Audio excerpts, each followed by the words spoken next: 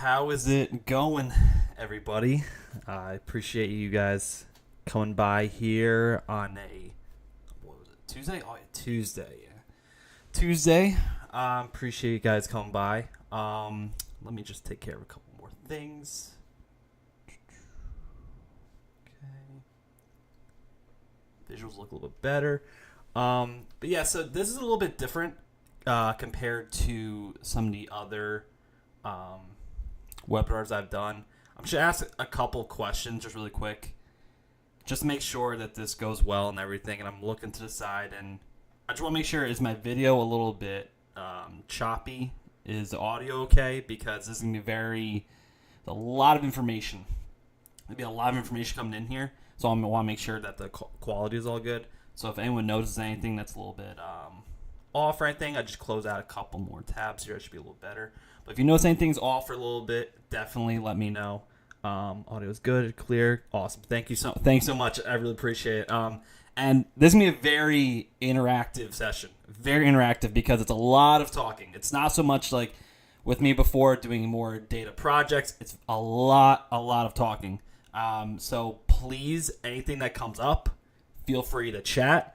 I also want this to be a way to, I appreciate you guys already being able to, if you want to introduce yourself, you can. Feel free, because also there's a great way to, if you see anyone else who is coming over from LinkedIn, you want to connect there or whatnot, this is also a good place for that as well. I want to be a little bit more different, very collaborative, open-ended. Obviously, I have my PowerPoint to go through, but of course, this is all discussion-based. So if you ever see anything in here you have a question about, or if you have something to add to it, by all means, put it in the comment section. I'm looking at it the whole time, or not comments, the live chat, sorry. I want to be as interactive as possible and help answer any questions you have and try to give any insights. But a little bit about myself before we get into this, in case, I know most of you are coming over from LinkedIn, so you might already have some kind of background on me, but to go a little more in depth, my name's Chris French. I'm currently a senior analyst over at Spring Health, which is a mental health startup company. I've had a heck of a journey. Earlier in my career, I've bounced around from running sports facilities, being a teacher, and now in the data analytic world. I'm trying to take some of my background as a teacher and try to help people who are also trying to get into this industry, because I know how difficult it could be. And I just want to make sure I'm the voice that could try to be as straightforward as possible and give the answers to whatever questions you might have. I've had a lot of experience over the last year, especially on this last half. We're going to come into more of the resumes, portfolios, interviewing, where over the past year, on more of my previous role, I was involved on various hiring teams, so I've definitely gotten a little bit more insights into just what goes into certain roles, what some hiring managers think, and just try to help answer any kind of questions from that perspective too. So like I said, before I get started, if anyone has any questions or if you want to introduce yourself, definitely use this live chat to do so. I have absolutely no problem with that. And like I said, anything comes up, definitely utilize this chat.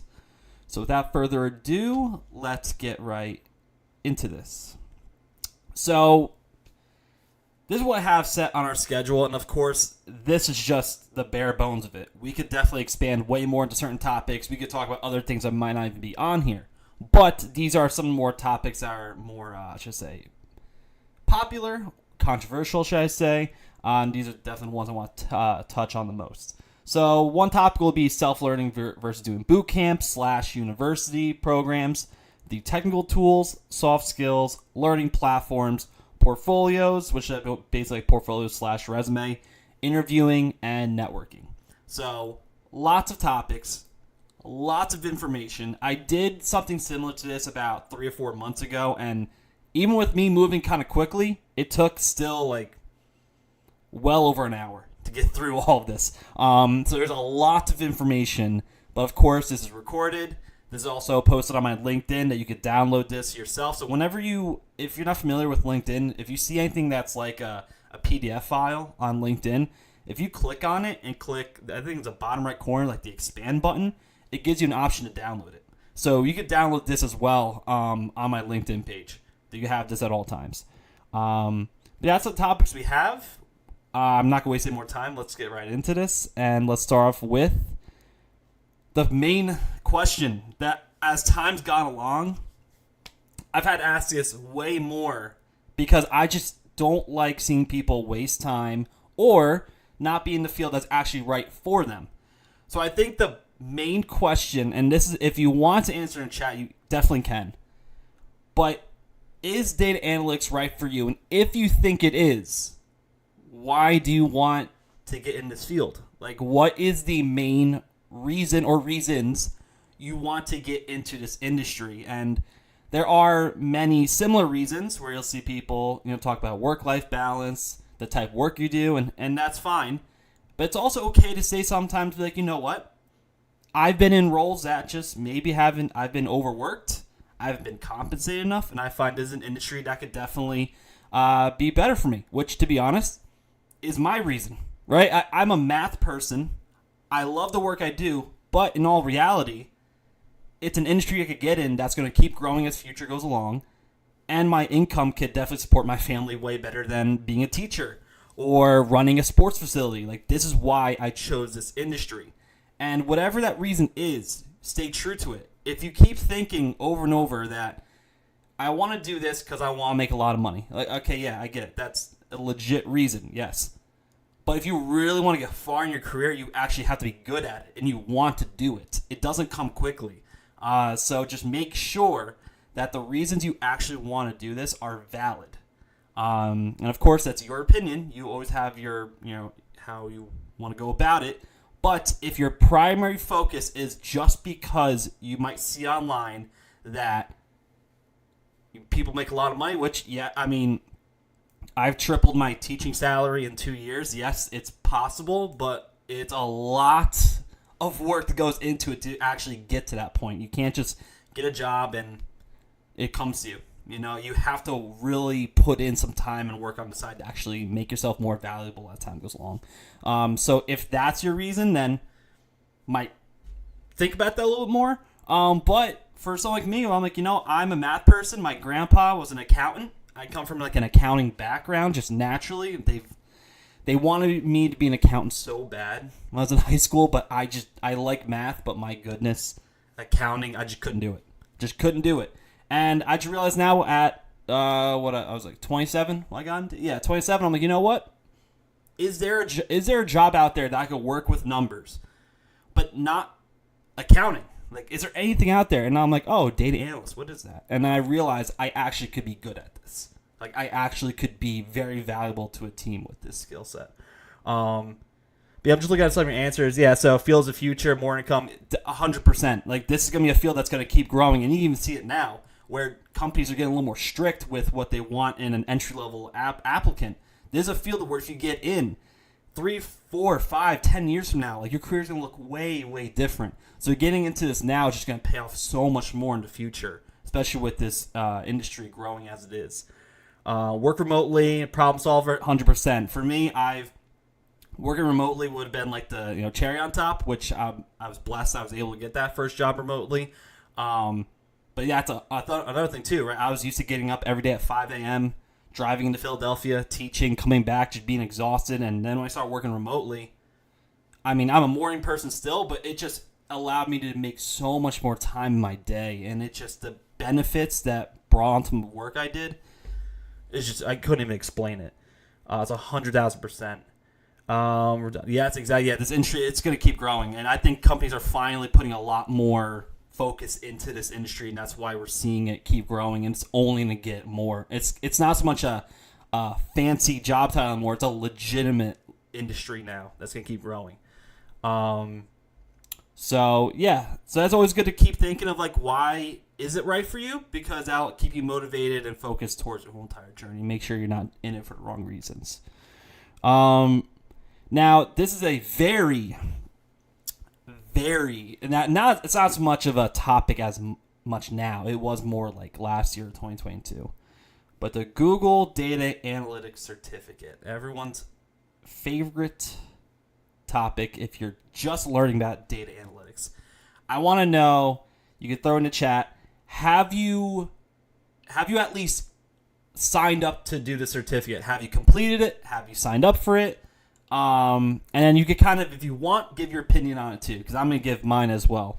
But But if you're just finding out about data analytics, you most likely probably searched on Google or on YouTube, and you found out about the Google Data Analytics Certificate Program. That's probably where most of you found it out from. I know for me, I was, just trying to figure it out. I was talking to my wife, and I was like, okay, what can I do? And I originally was looking at software development because her and I were, she was in social media marketing. She felt like she wanted to look at something else too, and we're both like, okay, let's take a look at software development or anything like that. And I realized that the coding part, like just coding in general, it didn't click as much for me. So I was like, okay, is there a career out there that I could, enhance these technical skills, but not just only be coding, stuff like this? And I found out about the Google Analytics course.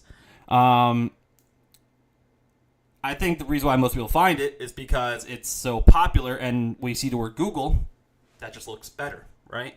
It just sounds a lot more credibility compared to some other random certificates.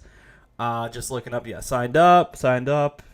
Does it cover Python? Yeah, the Python's covered in the more advanced certificate one, which that one I kind of want to try out because I've heard not bad things. But yeah, a lot of things that you guys are saying is exactly kind of what I'm going to talk about in these pros and cons. And I think the pros for me, and I'm a person that when I wanted to start my journey, I didn't really have any money in my bank account. Like I really could not take on certain, and I mean, you could, if you go through a program, you can take out a loan or whatnot, but I didn't want to do that. So I'm like, okay, I got to be a little bit smart here. The pros with this, it's a monthly cost program. So if you do it in 2 months, 3 months, 4 months, you pay per month, right? So it's kind of like, okay, we're going to let you do the certificate. It's at your own pace. The longer you take, the more you pay. The quicker you do it, the less you pay. I kind of like that mentality where it's like, it kind of motivated me to get in there and be like, okay, let's get this going, right? It's if I'm going to put in $40-$50 for the month, I'm going to get my money's worth. So I like that, and it's structured. I think that a lot of times when you find some self-learning stuff, it could be not so structured. So I will say, at least for the certificate, there are sections. It's definitely structured enough. A lot of text, a lot of reading, a lot of videos, a lot of more like quizzes. Like, it's structured. So if you're someone who needs a little structure, or you're used to college structure type classes, this is a pretty good spot for you. So at least you can stay on pace. Now, the cons. I think it's very slow paced. They say it could take you 6 months at 10 hours a week. I think if it should not take nearly that long. It's very slow paced. They definitely overexpand on some areas a little bit too much. But at the same time, that's why I tell people, do your research and try to understand what's most important from it. And probably the biggest part of it, it's not enough of a challenge from a technical standpoint. And I'm definitely someone who is, I try not to let people over-obsess over technical skills, but if you want to get to the industry, you have to learn them, right? You have to learn SQL. You have to learn things like Tableau. You have to. You don't have to be amazing at it, but you have to at least learn it. And I just find they don't dive in enough to make you feel like you actually have a decent amount of knowledge to go off and make your own project. Which also, I don't really like their what's the project they have at the end. I don't really like it too much. I just feel like that's also a little bit off. But I think it's not enough of a challenge that you walk out of it feeling, yes, I completed it. But then you go realize when you go start making your own project, or you watch other people's work on YouTube or whatnot, that you just feel like you're lacking something still, right? So all that time spent, months of learning, to not be strong enough with your technical skills is not the best use of, I would say, my time. Kind of something I would throw in there, though, almost in the pro sections, that it actually does dive into a good amount of what a data analyst does and what exactly do on the job. And that kind of goes into my recommendation is do the 7-day free trial, go through their first 2 sections, kind of skim through it, and see if data analytics is right for you. It goes into my first question, because you can look at it and say, oh, I want to be data analyst because I'm good with this and that, but then you go through the course and oh, you know what, it's a little more dry than I thought, or this is not as engaging as I thought it would be. Okay, 7-day free trial, no money lost, right? So I would definitely take advantage of that 7-day free trial, go through the first 2 sections, and see if you actually want to get into data analytics. If you feel like it's exactly what you want to do, by all means, you can do whatever you want at that point. You could go with the course. But if you're listening to me, I would say stop right there. Don't worry about anything else, because we go into our next step, which is, should you do self-learning or go through a boot camp or a university program? You can let me know in the chat too, if you're comfortable, right? If you are currently self-learning, like, using YouTube or Udemy, anything that you're choosing your own sources to learn from, or if you're going through a boot camp or a university program, you can let me know in the comments right now. You don't have to put any opinions. We're not looking for opinions on that stuff, but you can at least let me know or others know what you're doing, because that's going to be definitely a strong.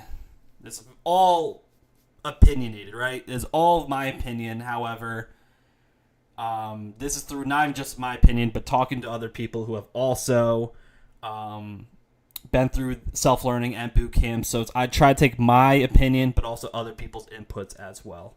So some masters, self-learning, through Coursera, so I'd say that majority usually do self-learning just because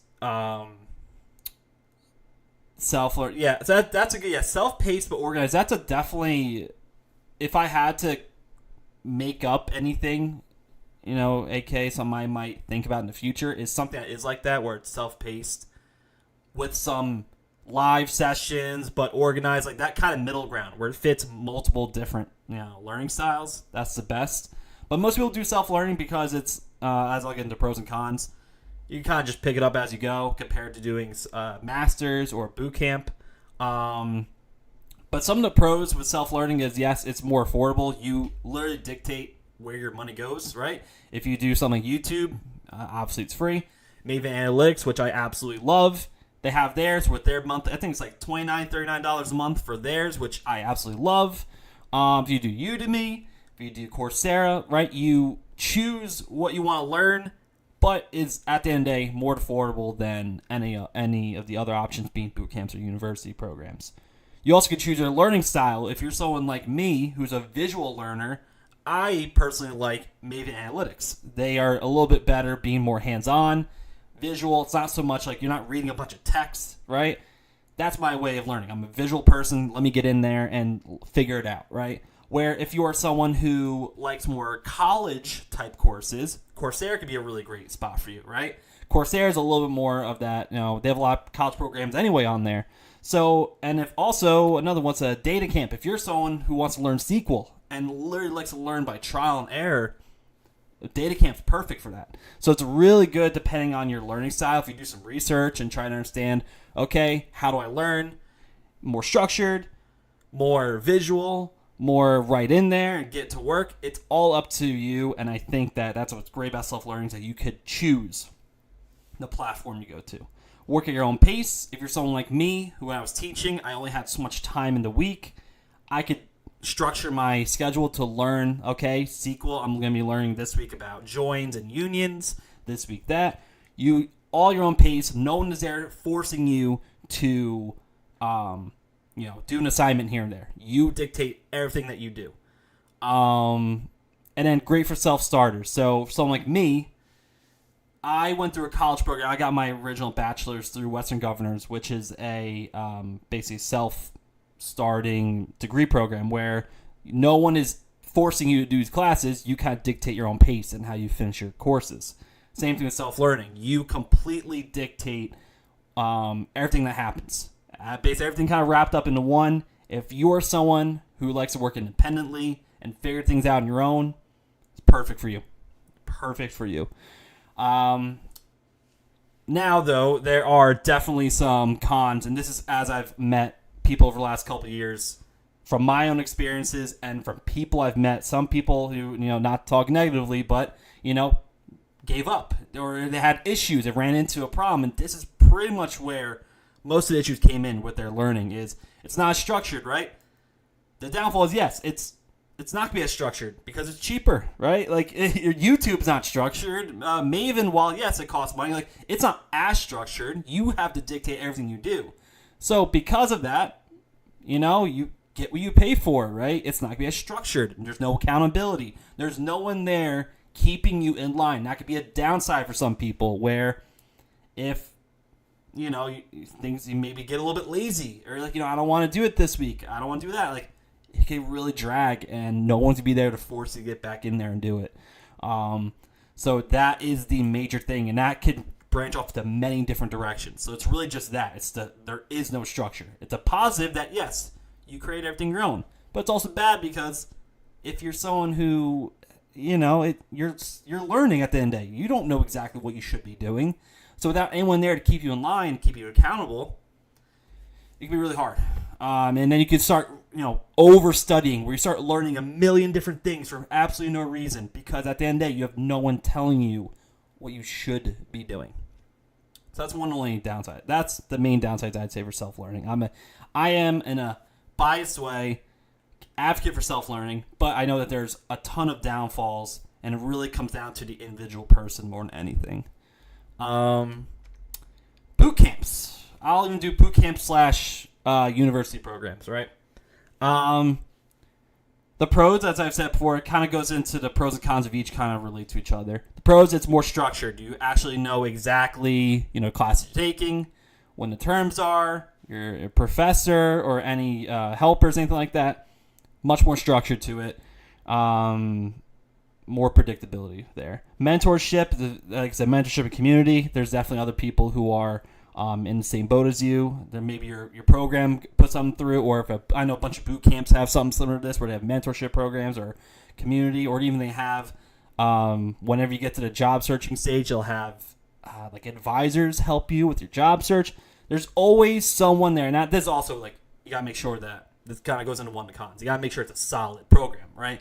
If it's a solid program, you'll never feel like you're in it alone. You'll always have constant support. You'll always have the resources. You get what you pay for in a good program. You get what you pay for. And I think that for me, I didn't have the luxury of being in this position to go into a program or into a boot camp. But if I had the ability to, I 100% probably would, because I'm just thinking out loud. If I'm paying $5,000, $6,000, $7,000, right, to do boot camp, yeah, it's a bit of money, right? However, if it could take me from one career to another, that $5,000, $6,000 doesn't sound that bad anymore, right? Like, if it could get me into this new industry, it's 1,000% worth it. But that goes into the cons. I'm almost going to go the opposite way with lack of review / information. If you choose a bad boot camp or a really bad university program, yeah, you're going to be out a lot of money, and you're going to be just in the same position as the people who finished the Google course. You're just in the same exact position. So really make sure to do your research on the program you pick, whether it's university or in a boot camp, to make sure that you see people who see results, who has gotten jobs. Just learn about what goes into it. Do as much research as possible, because there's a lot of programs out there, and there's a lot of good ones, but there are some that are just making them up because they can make some money really quickly, okay? So do your research. Make sure to ask lots of questions to people who are in charge there, or reach out to people on LinkedIn who have done the course. Do your research. Structure may vary. Some are way more in-depth. Like, I know Career Foundry is a really good one, that they really go through all the steps and put you in a good position for your job search, while others are kind of just learn a bunch of tools, get out there, go get a job, and you kind of feel a little bit, just like another number in a way. And, of course, expensive. Like, not everyone has the ability to afford it or wants to take out loans to do it. So there's always that right there. So if you have the ability to attend a boot camp or a university program, please make sure to do your research. Don't just jump into one because you saw something on TikTok and it looks good and just throw a ton of money at something that you didn't do research on. Do all your research, ask questions, make sure you know what you're getting into. That's all I gotta say about that. We got next up. So we're gonna get right into the technical tools. So at this point, you have decided data analytics is right for you, and then you decided how you're gonna learn, whether self-learning or through an organized program. everything I'm about to say here is much more if you're self-learning, because if you're going through a program, that's dictated by your exact program and how to do it. So I can't really touch on that. However, these are kinds of tools I believe that you should be focusing on, and what in it is kind of the most important things based on my time as an analyst and as a before data advisor and other people I've connected with along the way. And the first thing is Excel. I want you guys to let me know in the chat what is some of the more, well, you can give me your opinion on Excel. Like, when you think of Excel, when you go online and see when people talk about it, or you do your research on Excel, like, what do you think of it when you hear the word Excel or Google Sheets, anything to do with spreadsheets? What do you think about that and how that relates to data analytics? Is it something that people hate on a lot? Is it something that is, just what do you think when you think of the word Excel when you go online or anything like that?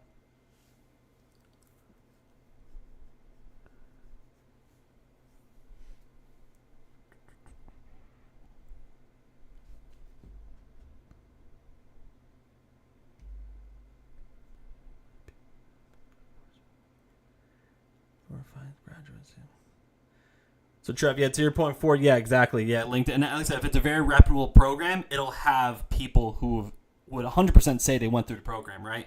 If people said they went through, I'm going to make up my university, Rutgers University's data analytic program, people should proudly be putting that on their LinkedIn profile, right? So if it's a legit program, very easy to find. If you find that no one has it on their LinkedIn profile, there's a reason for that. Data tables, workhorse, do everything related to analytics on Excel. Excel's king. Now, so it's funny. I'm trying to change this perspective of like, yes, Excel has limitations. Yes, it's not. You shouldn't be doing everything in Excel. Let's create tables, make it more structured. Exactly, yes. I think that it can't do everything.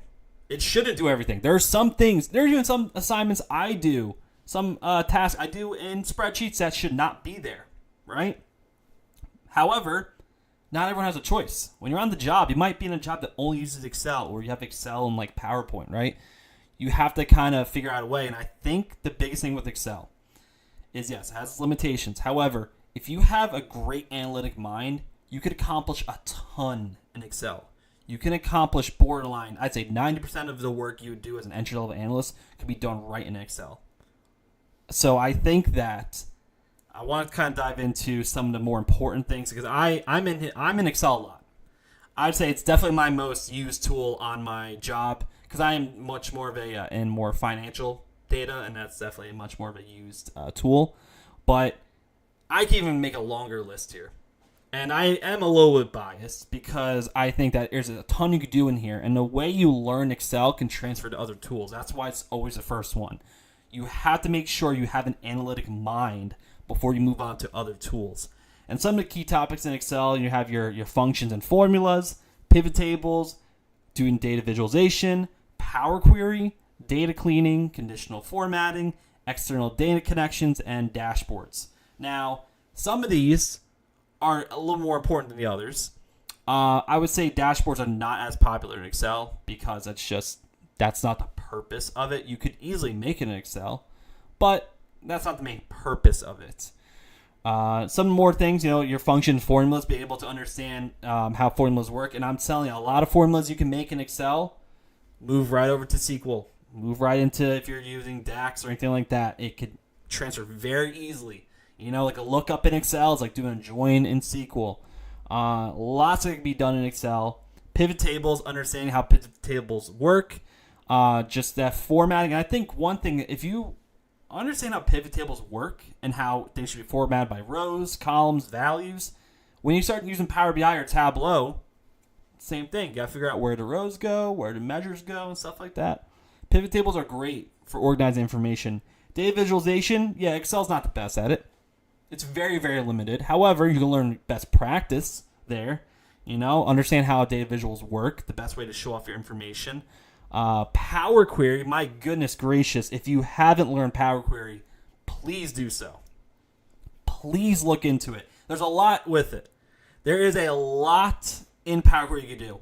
That's where I took my last job, the work that they were doing, which was incredibly manualized, and did a lot and just revamped it a lot of it in Power Query.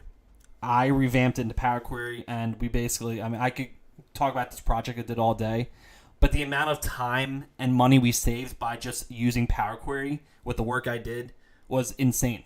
And that's what got me, I got promoted within like a month here, you want to become an advisor? I'm like, okay, cool. I'll do that. Power Query is insane. So much you can do with it. And I think what's great with it is it kind of connects with the external data connections. Like if you have something that's coming from a SQL database, you can pull that in Excel. If you have data that's on a PDF file, you can pull that in Excel. Like there's so much you could do in it. And also what's great is that it's on you don't have to get access to things. You can just pull things right into your own computer. Data cleaning, that's probably the biggest thing I use in Excel is cleaning up data. We get a lot of our data from these crazy data sources that come in all jacked up and whatnot. Conditional formatting, use that a ton. And then whatnot. Yeah, there's so much you can do in Excel. So I think that if you're getting your first job, I would not overstudy Excel because there's a high chance you will not be asked a ton of Excel questions on your interviews. But don't be shocked if you're spending a lot of time in it, and it's okay. It's the most popular tool in the world for a reason, right? Understand it, know how you could use it, and how you could use your mind to enhance work in Excel. Because I'm telling you, your stakeholders, your people who are in higher positions who don't know things like Tableau or Power BI that much, if you can just put together an Excel really quickly and make it all nice and informative, you'll go far. I'm living proof. In 2 years, I've just seen how far I've gotten off this. And,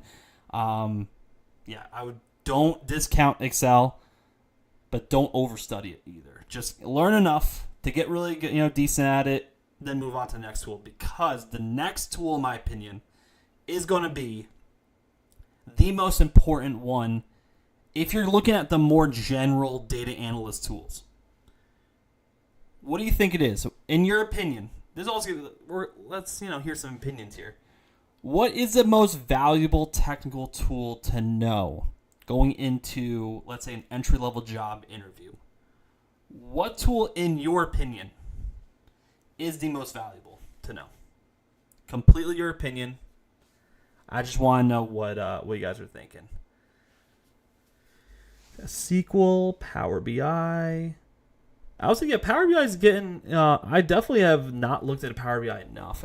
My first role, I used Tableau a ton, and I wish I used more Power BI because I like it a lot. I like it a lot more. So yeah, I am going to agree with you guys because I think SQL, in my opinion, and most other people that I know, is going to be the most important. Now, I might be jumping ahead a little bit, but why would you say that? Why do you think SQL is the most important? Okay, so pretty much Power BI could be too, right? And I know depending on location, I know that internationally Power BI is incredibly in charge of the market.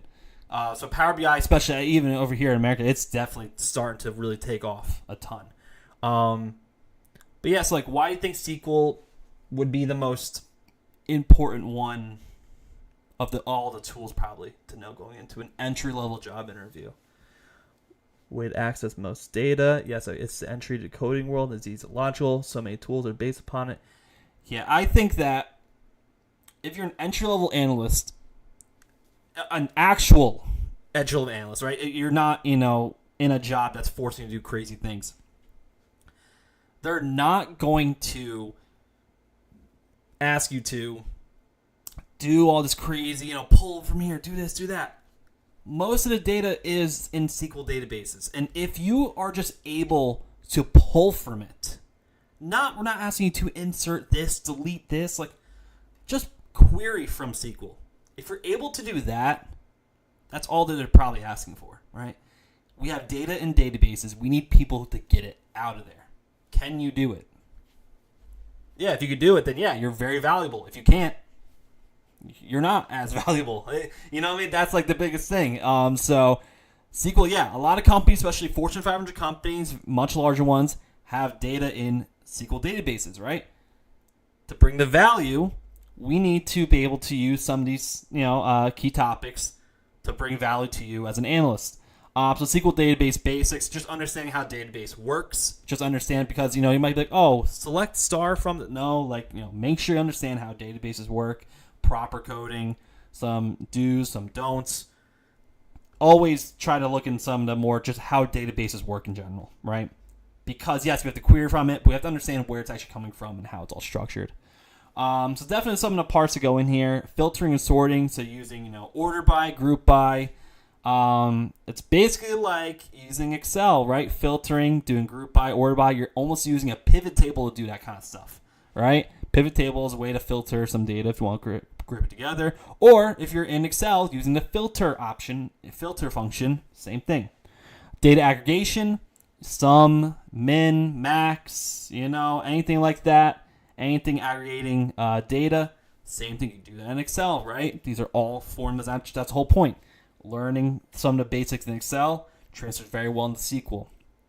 Join and union, once again, joining data. Like, I'd say the biggest ones are just, make sure you go with like left joins and inner joins. Like, that's it. You don't really need to go into cross joins or right joins or anything. Like, you're just trying to get the job, right?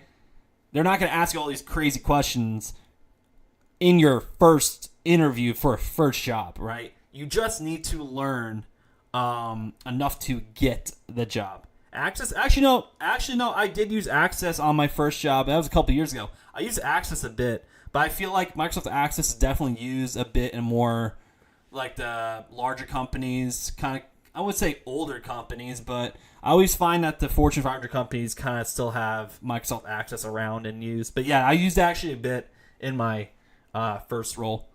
So joining and unions. Joining, like I said, it's like using a VLOOKUP or XLOOKUP in Excel. Union is like basically appending a query in Power Query in Excel. Extremely useful. CTEs versus subqueries.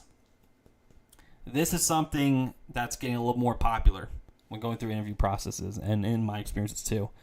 Understanding the differences of them, why you would use a CT over a subquery, why a subquery over a CTE, what do they do, how are they different, being able to understand that, because that's all comes down to a couple things, your the performance of your code and also your organization, right? CTs are a little more organized, subqueries with all the nesting could get a little bit confusing for outside people viewing your code, so just make sure to understand the differences. Window functions, kind of using more like rank, dense rank. Those are not as common for an entry-level analyst, but just understanding what they do and how they're used. They're not as popular, like not as much of a hot topic for entry-level. Kind of also like data manipulation, like insert, delete, update, things like that. I would say if you're an entry-level analyst, they should not be asking you to change databases unless you're a database admin or something like that. You're probably not going to be inserting whole entire pieces to data sets, because if you were to mess that up and delete a bunch of data, like, you're done, right? So I don't think that is going to be a huge point, but you should still understand how databases work. Kind of goes into the first part. And coding practices, things like how to write code, if you want to put a comma before or after when you write your code, how you space, if you want to capitalize, your select or anything like that. Just understanding how you code, the proper way to code, and what works best for you. That's kind of the biggest thing. But yeah, Access is kind of like, it just depends. It depends on the team a lot. Some teams just stick with it, some don't, but it's definitely not as popular, but it's around. But I don't think a lot of people are seeking those rules as much too. So that's it for SQL. So if you got Excel down, you got SQL down, now we have to visualize our data, right? Now we got to show off our data. Cool, we did all these numbers and whatnot, but we got to show it off to people.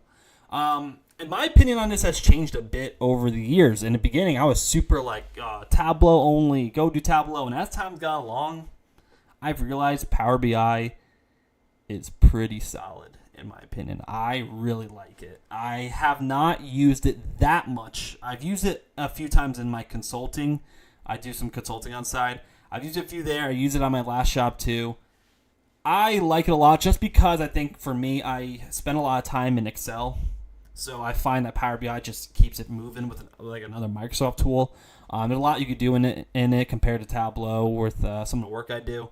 But yeah, Tableau, Power BI are the two most, in my opinion, popular business intelligence tools out there.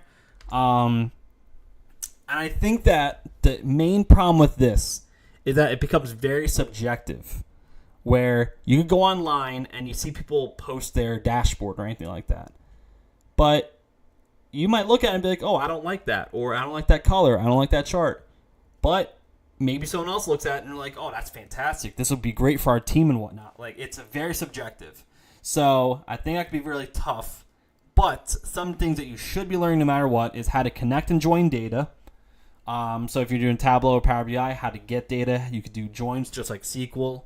A visualization chart purposes, understanding different charts, the purpose of them. Like, when should we use a bar chart? When should we use a line chart? Things like that. Understanding all the different charts that go into it. Please don't make, heat maps just to make heat map. There's so many things out there that, use the right chart at the right time. And if you don't know which one, research online. There's plenty of videos and articles out there that tell you, okay, if you're looking to measure this kind of metric, use this type of chart. If you're looking for this, use these kinds of charts. And then you go from there. But of course, it's your opinion. You can do what you want. But goes into the third one, clear visuals. Clear message. The biggest issue that stakeholders have when they view dashboards is they don't get used because they don't make sense. There's not much of a purpose. They could just pull from Excel and get the same numbers in 30 seconds. Why should they use your dashboards? They need clear, precise, efficient. Okay? Don't worry so much about, goes into the fourth one, your dashboard design. The design of it and the mixture of that and clear visuals is an effective dashboard. Don't just throw 5-6 colors out there to make it look pretty and all this other stuff just to do it. Like, what is the purpose behind this? Do you want people to use it, or is it just a art project? If it's an art project, cool, yeah, do whatever you want. Like, do some crazy stuff, put on Tableau Public, have fun. But if you actually want it to be a business dashboard, make sure the design and the visuals are clear and professional, precise. Don't just throw stuff out there just to do it. Meaningful KPIs. What I mean by this is if you make a dashboard and there's 15 metrics on there, like there's just got to be a purpose for every single metric that's on there. Don't just don't throw things up there just to do it. When you're putting together your dashboard, there's a reason why each of these KPIs are on there. If you do something about like a sales analysis, okay, like some meaningful ones is just overall sales, or like how many sales, how many are in the pipeline, like very important KPIs. Don't just throw stuff in there just to do it, because once again, it goes into everything else. It just won't get used. There's no purpose to it. We could just export to Excel and do everything through there.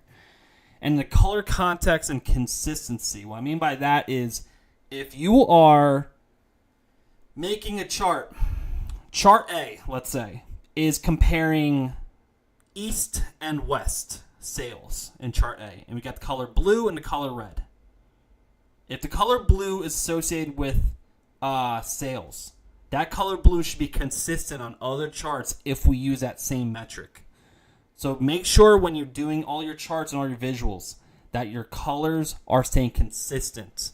If the same metric is used in different charts, it should stay with it. We shouldn't be changing colors every single chart if we don't have to. Because if someone were then view, like, okay, I see the color blue, that's associated with e-sales. So if I see color blue anywhere else, that's what it should be. Keep it consistent.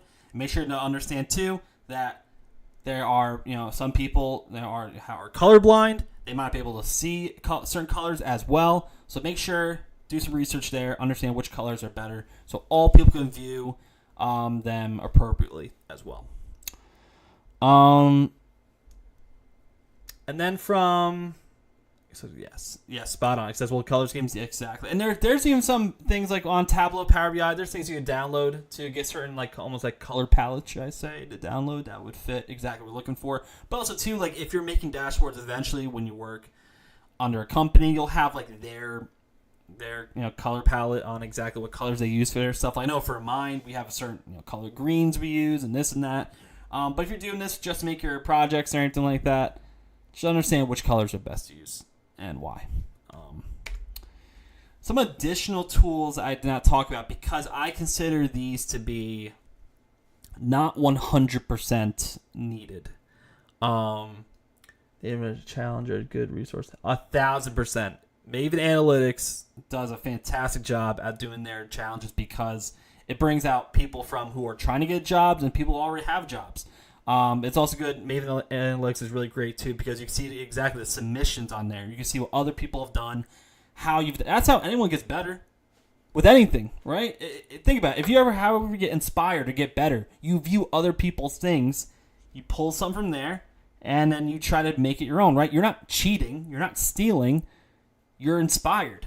You see something and you want to get better. That's how you do with anything else, right? I think when I want to do things like on YouTube or make my own assignments, how do I get better? I just don't look at myself and be like, oh, okay, this is not bad. Let's get better next time. No, I need to go out there and see how I could get better. And usually it's by viewing other content or anything else like that, right? So Maven's great for that. And like I said, with these tools, I don't consider these to be 100% necessary. Now, I might get some heat for people being like Python. Like, I see it all the time on job listings. Yes, like it's a very well-needed tool with some roles, but there's definitely a ton of entry-level roles that don't need it. A lot of entry-level roles kind of covered the tools I talked about, which were Excel, SQL, and a BI tool like Tableau or Power BI. Python, yes, it's on job listings, but also make sure to look at the job listing. A lot of them might be mid-level, senior-level jobs. True entry-level jobs don't usually need it. And it kind of goes into another part of we don't need to be the best technical person to get a job. You need a good portfolio to get an interview. Then anything past that, that's on you. So the only thing that Python's going to help you in your initial job search is make a good project. And I would highly recommend people learning it, but it's not 100% needed. R comes next. That's also not as much needed. This kind of goes in order, in my opinion. Like, if you're going to learn a fourth tool, do Python. If you decide you don't want to do Python, R is a good one. But like I said, I think Python is a little bit more in demand and a little more versatile with some of the industries that are out there. So Python gets my number one there. And on the bottom, that's Looker, which is another BI tool that's getting a little bit more popular out there. It's not crazy popular.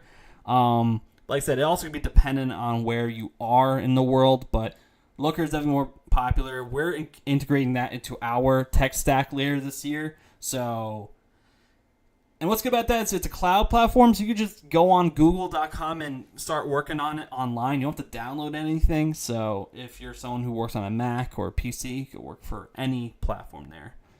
These are additional tools. You don't 100% need it. SAS, yeah, same thing.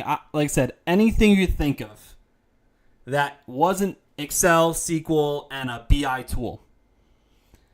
Anything besides that, I don't think is 100% needed. I think Python, like if you're gonna, like I said, if you're gonna throw on another tool, yeah, Python, do that because if you have the time and want to do it, right? If you're someone that it looks at and like, you know what, maybe not right now because Python is a little bit more of a learning curve compared to the others. It takes a little more time, but anything besides the three I talked about and Python, it starts getting a little more. That starts getting more too specific. That's just my opinion, right? What do I have next? So before I take a little breather here, crack my back. Before I keep jumping into this, does anyone still have any questions about anything that they saw? Any questions at all? Anything like that? Because, like I said, I'll keep an eye on the chat. If anyone has any questions, you can type away. I'll pause and answer. But if you're going to learn those tools, I think I put this in a little. I should have put this one before, but I want to talk about it after. If you're going to learn those tools, right? I mean, I'm going to throw Python in there too. If you're going to learn Excel, SQL, a BI tool, and Python, or even R, I'll throw all that in there. Where should we go learn it? And these are some of the, this is like I said, more for self-learners. These are the top 4 platforms I would highly recommend. If you're going for the free section, I know you've seen it online a lot. Analyst, by far, the most structured platform out there on YouTube. By far the most structured. He has a whole entire bootcamp program, right? Has all the videos you need, all the tools you need. Talks about resumes too at the end. Great program, right? Does it dive in enough? Probably not. I think the Python and SQL parts are very solid. I think things like Excel and Tableau, Power BI could be learned on some other YouTube platforms, but of course that just goes into the, just how it is. But I think if you're trying to learn for free and get, your time's worth it, his bootcamp program is by far the best to do. And if you choose not to, I put out a post like 2 weeks ago about like recommended YouTube videos to look at. I would highly recommend look at my LinkedIn page. I posted a couple weeks ago. I could try to find that in a little bit, but YouTube's great. Lots of great videos on there. However, there's a lot of bad ones too. So I think just find the most structured best. So Analyst is by far what I'd recommend. And then for anything, if it's paid, Maven Analytics, DataCamp, and Coursera are my recommendations. Maven Analytics is my top if I tell anyone, if they came to me like, hey Chris, I got $100, what should I do? I'm like, go get 3 months at Maven right now. That'd be my recommendation. Because truthfully, when you sign up there, and I am not sponsored in any way with Maven, okay? I just really like the program. They have, when you sign up, they ask you like 20 questions about where you're trying to learn and stuff like that. And it gives you almost like a learning path. And it tells you, okay, like if you want to finish your learning by August, you got to do these courses and finish it by this time. And it's very structured from that standpoint. Of course, you have to do it all on your own. No one's going to force you. But Maven also covers all the tools you need. Excel, and also the courses are extremely good. Like they're very hands-on, lots of in-course projects to do. Excel, SQL, Power BI, Tableau, Python, all that stuff's covered. So, and there's a reason why they cover those, because those are the more typical ones that are in job searches or job descriptions. Okay, Maven Analytics, if you had $100, 100%, do that for 3 months, and you're good from a technical standpoint. DataCamp, Coursera are great too. DataCamp could be a little iffy with some of their programs. I find that their SQL's decent, but some other ones could be a little, I don't know. I think the learning style is a little rough. Coursera, like I said, there's a lot of good stuff on there. However, it could be a little bit pricey and much more of like that college structure, a little slower pace. So those are my recommendations for like the learning platforms, in my opinion, for anyone who is doing self-learning. Now we're going to get into the fun stuff, because all that other stuff I talked about, you've probably seen online a bajillion times. Oh, learn these tools. Do this. Learn them on this. View this YouTube video. You've seen all that stuff a million times. Now we're going to get into the parts that I think drive people the most insane. And as the portfolio, so let me know in the chat, are you working on your portfolio right now? Are you all done with it? Like how many projects are in there? Like, let me know what you think. And I can tell you kind of like, if anyone feels comfortable, go by all means do that. I can talk a little about mine when I did my first one. I know for me, I had, I think, 4 projects in mine. I had like 2 guided projects and 2 I did on my own. And yeah, it was rough. they were not. Looking at them now, I'm like, my goodness gracious, why did I ever put that on my resume, on my portfolio? But I had about 4 projects on mine. One was from Analyst, one was from a Coursera course, and 2 I did on my own completely. Yeah, that is going to be the biggest thing I'm going to try to talk about right now is helping create projects. And that's such a hard thing because I'm not going to say the word hate, but I despise going online and I see people learn this, learn that. But when they actually do a project, they don't know how to do a project. And that's okay because no one taught you how to actually take data and make it into something. You've just learned and learned, but you've never truly done it, right? So that's kind of like the main thing for me. I'll dive into this a little bit more. Is like in your portfolio, I think you should just have 3 to 4 projects. I really, and this comes from someone who was on hiring teams, and they would task me to do research into applicants. I was the one at the end. I was doing like the technical interview. I'd be the one in charge of the technical interview at the end. And just me, in my opinion, I like to view people's portfolios if they have one. I don't like opening them and see 9, 10, 11 projects. Like that's just too much. Like, what do you want me to pick? Right? Like, I could guarantee you if you have like 9 or 10 or something projects in there, there's got to be a couple in there that are not that good. Like, just being honest, there's got to be a couple, right? We as people just are naturally tied to some things a little more than others. So in my opinion, put your best ones forward. Just do 3 to 4. That's it. But make them extremely good. Like, don't just put 10 in there that you just did on YouTube. Pick 3 to 4. That is your best efforts. And with that, too, is utilizing more than one tool per project. So be able to show the process of you actually, for example, let's say a project is, like a good project to think of is one I did on YouTube at like last year. Let's say you work for a company, right? A sports apparel company. And your job is to analyze our sales data from the past year. Okay? So an example of a project is pretending you are in a SQL database. You're going to pull information from there that you need to show off. You're going to export it into Excel, clean it up, throw it into Power BI, make a dashboard of your analysis.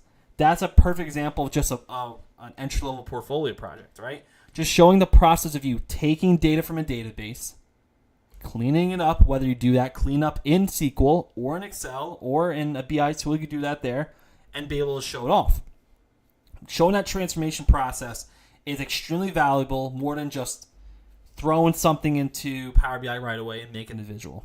I believe showing the process of cleaning up data and showing it off and querying from SQL databases is very valuable. Personal over guided. So yes, in my opinion, you should. Guided projects are great. I do them all the time. I try to do guided projects. Now, if you ever attend any of the webinars I do that are live guided projects, I always say in there, and that's why I don't go over the top with them. The whole point is that you take this guided project and you make it your own. You can make changes to the colors, to the visuals, to the numbers, to where things are located, right? That's up to you. So making things that are personal to you will help. So whenever you get into the interview process and they ask you questions, like, okay, hey, do you mind walking me through this project you did? If it's a guided project, you're not going to feel as connected to it as if it was you that did it. So make sure you do things that are more like on your own that you made, or it's a guided project that you completely revamped to be your own. Summary equals technical. So in my opinion too, your write-up is equally as important to what goes into your work. And I just really don't, I try to mean this in a very nice way. I think people overthink the technical stuff way too much. I know for a fact I didn't get my first job because I was really good at technical stuff. Like, I promise you, I wasn't really good at SQL or anything else. The way you summarize your analysis and present it, that is equally as important, maybe even more important, because that is information that, for example, you would show off in a presentation if you're trying to talk to a stakeholder or something like that. The way you summarize information is truly a skill. That's just as important as you querying from SQL or visualizing something as in a dashboard. So do not discount how much your summary section plays into it. 3 guy, 1 for a Maven Data Challenge. Yeah, like I said, yeah, the Maven Data Challenge is a good one because you can make it your own and then kind of observe other people's work and you can enhance your project, right? I think that's a great one. I think that's really great. Recommendations to have it. I always recommend people to use. And once again, like I said, I promise I am not. You would know if I'm sponsored if I'm throwing codes everywhere, right? I'm not sponsored, but I have my portfolio on Maven Analytics. It's free. You could make your own website, right? You could do, if you're someone who's interested in that, you could easily do that, but you don't have to really, like I said, you don't have to go over the top with it. I think just having a place that can be hosted, that's easy to navigate. Maven's great. You can embed your dashboards on there as well. It's very interactive and easy to use. And for coding, if I put anything, usually using Python or SQL, I'll put it on GitHub for my coding.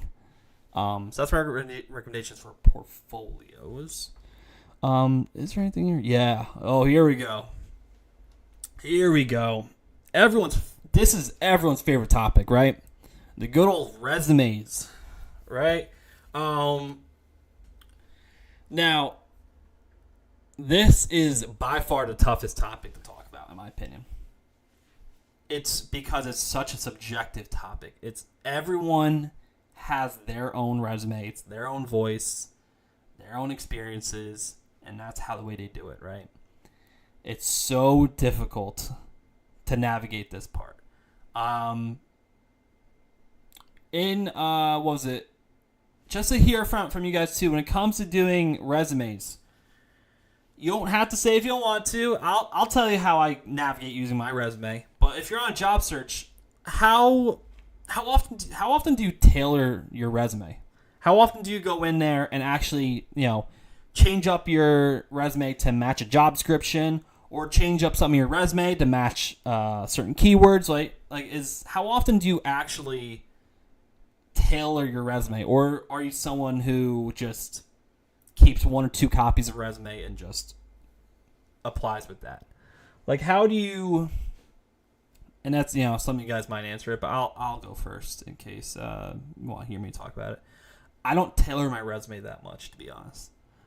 It could be maybe because my ADHD takes over and I just don't have the patience to go in there and make it perfect.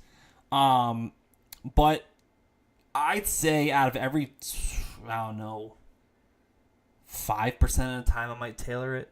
The other 95%, I'm just applying with what I have. Just because I find that what I do is I usually have 3 copies of resumes. One resume be more financially driven. One resume is more tool driven, more, let's say, SQL or something like that. I usually will tailor it based on the tools that are in there or the domain. One's more healthcare specific. I'll keep copies of it, and I'll determine based on the job which one I should use. There's only been a handful of times I've actually tailored it, and I feel like the reason why I don't do that often is that I swear every single time I take my time and do 30 minutes of perfecting it here and there, I get rejected within a day or two. Right? It bothers me so much to spend, and obviously there's so much that goes into it, right? You take all this time to perfect it, and of course you could make everything perfect and might not get an interview, right? But it's just wow, I wasted 40 minutes to make this perfect and I didn't even get an interview. So it definitely made me rethink things, but of course it's a tough one because over even the last 2 years when people sent me their resumes and I've done resume reviews too and stuff like that, and it's pretty I see some similarities in a way. I know sometimes you might be limited on your experience section based on where you are, whether you're a student or someone coming from a different industry. But some of the more key topics, I believe if you are a student or someone who doesn't have too much related experience, you should just try to keep it 1 page. I really don't think there's too many situations. I just got to one. I'm on 2 pages now, but this much. It's bare, and that's only my education. That's it, which is not even that important. But really, you should not be getting onto 2-3 pages if you don't really have too much relevant experience or not a student, right? It should just be 1 page. I kind of like the order I like to go if I'm kind of viewing things as in your typical your personal information, quick summary section. Then I like to go my projects, experience, skills, education. And I think that, like I said, if you don't have too much relevant experience or a student, like your projects are going to be the main point to getting your resume across, right? So I like to put the projects right at like eye level. So like that first third of the page is a really great part to have it, because that's what you're trying to promote, right? For a person like me, like I have now a handful of years experience, I don't have to show off my projects anymore. I feel like my experience could do the talking. But if you're in the beginning, you should really promote your projects the most. That is what will most likely get your attention from the job people. Keywords and job descriptions, right? If you're tailoring your resume, trying to find those keywords in there. But also, too, do your research, because when you're doing your summary section or you're doing your experience part, understand like what are some keywords that are very popular in the ATS system, like when they're kind of skimming through resumes, whether the computer's doing it or humans doing it.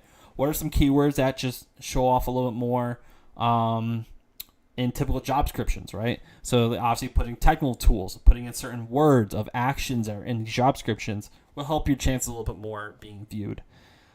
This is a really important one. Actions over orders. Now, I'm going to try to explain this the best I can. But, for example, when you look at a job description, if you read over what a job description says, it says more like you are going to be taking orders, all right? Supports this. Does this. All the time. It kind of just feels like you're just following orders from somebody. When you're going through your experience section, show that you're taking action on something. Instead of being supports finance department by doing this. Say,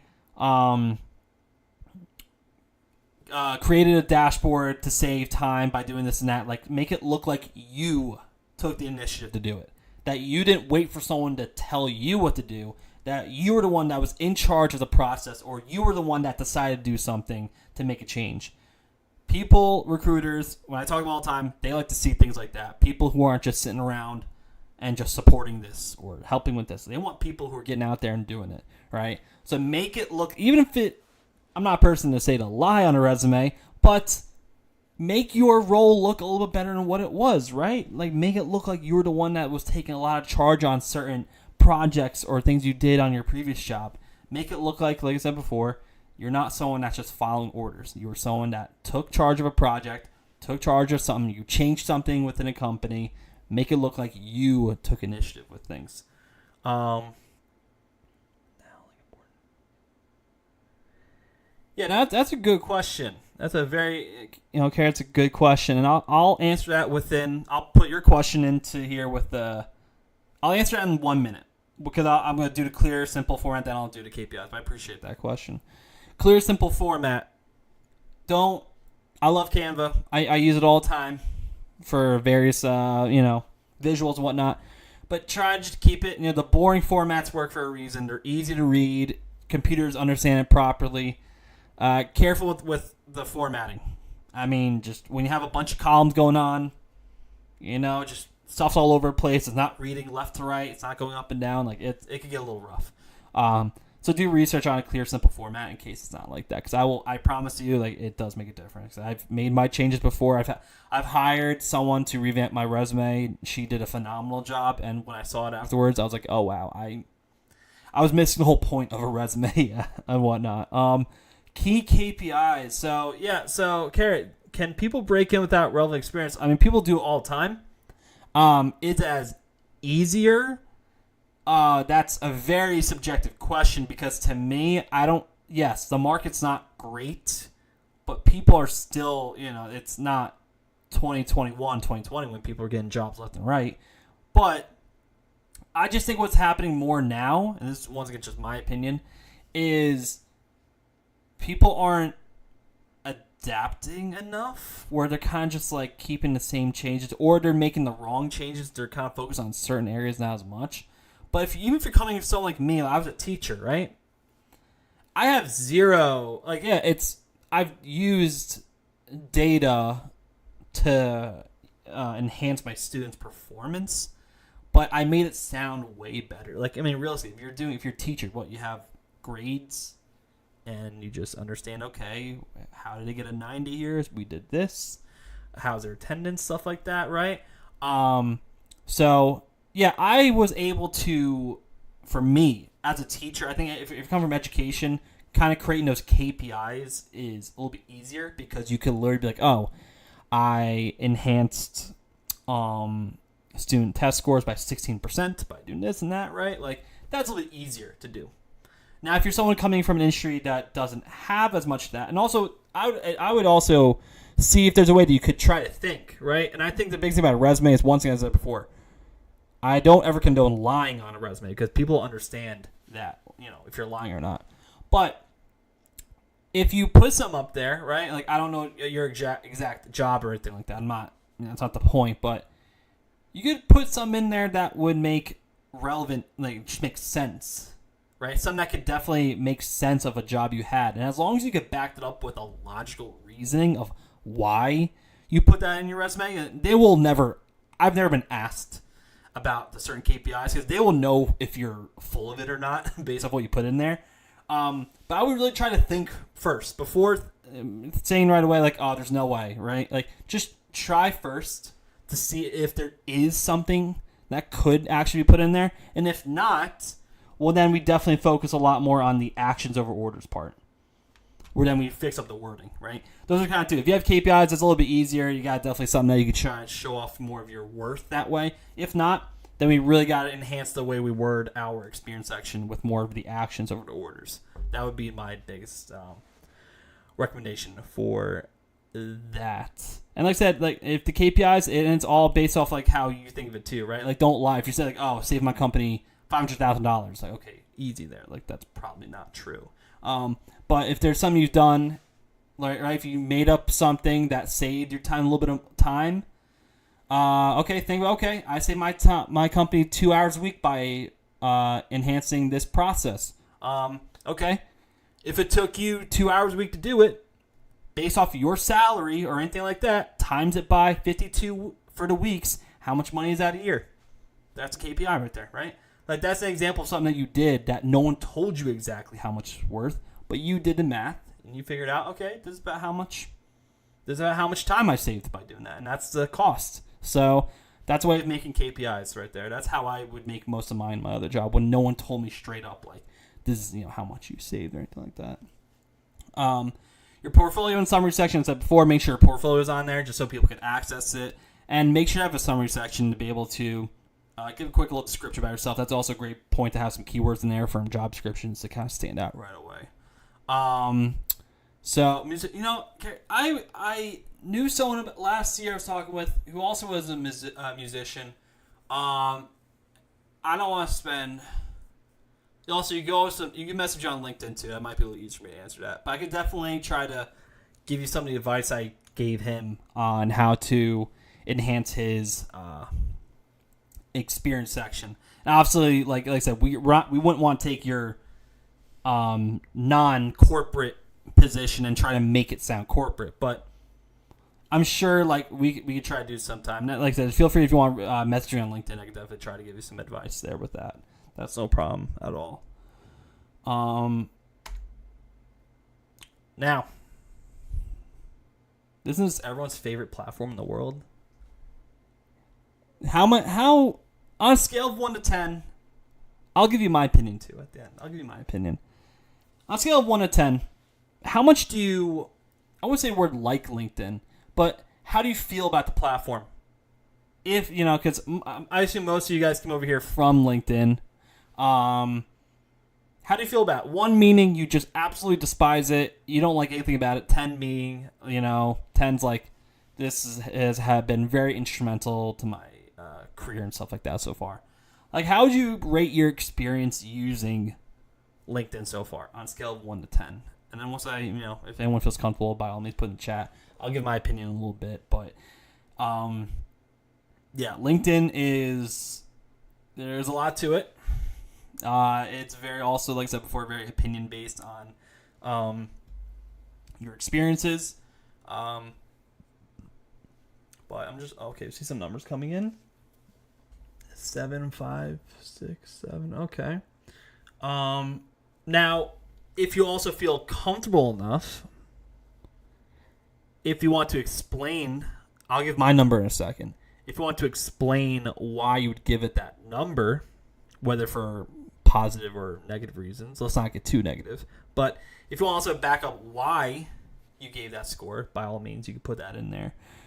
For me, I would give it like, I'd probably give it a 7 too. Probably a 7. Because I'm trying to take out my personal experiences. I know for me, it has been very instrumental to my career, but I know that's not obviously everyone else's case. I'll give it a 7 because I think it could be extremely valuable to connect with. I mean, the ability to connect with people is, it's priceless, to be honest. To be able to talk to people and learn from others, connect with other people trying to get in industry, it's like I said, priceless. However, there's a lot of I just feel like LinkedIn's can get very overwhelming with a lot of different information coming at you. For example, you might be following people like myself or some others who also have some decent sized platforms, and you kind of read around and it's like one person says, oh, don't worry about Excel. This person says, learn Excel. Python, don't learn Python. Learn Python. There's so much information. So much information that it can actually be more negative. That was me for a little bit, where I would go on there and I'm like, this is too much. Too much conflicting information. I don't know who to listen to. Too many voices. I gotta get off of here. So I think LinkedIn's, if you're going to be looking at it from a content perspective, really make sure to do research and see who you trust more than anything like that. Whether it's myself or someone else, make sure to do your research there to really make sure you're in line with them. Connections for job search, a lot of recommendations are not accurate, so not very legit. Yeah, LinkedIn's, the job search part's been a little rough. There's a lot of fake jobs on there. But I still think that if you have, and this is where too, if you have regular LinkedIn, that's one thing. If you have LinkedIn Premium, it's definitely, I wouldn't say the word worth it, but LinkedIn Premium definitely has some abilities with the job searching perspective. It's a little bit useful. But yeah, LinkedIn could be a little rough. And also, I think that, too, when it says the applicants, where it says 100 applicants, 120 applicants, it's never accurate and stuff like that. So that's another thing. And I think that also could do a lot of harm on our mental health when we start seeing things of 100 applicants, 200, when in reality only 20 applied.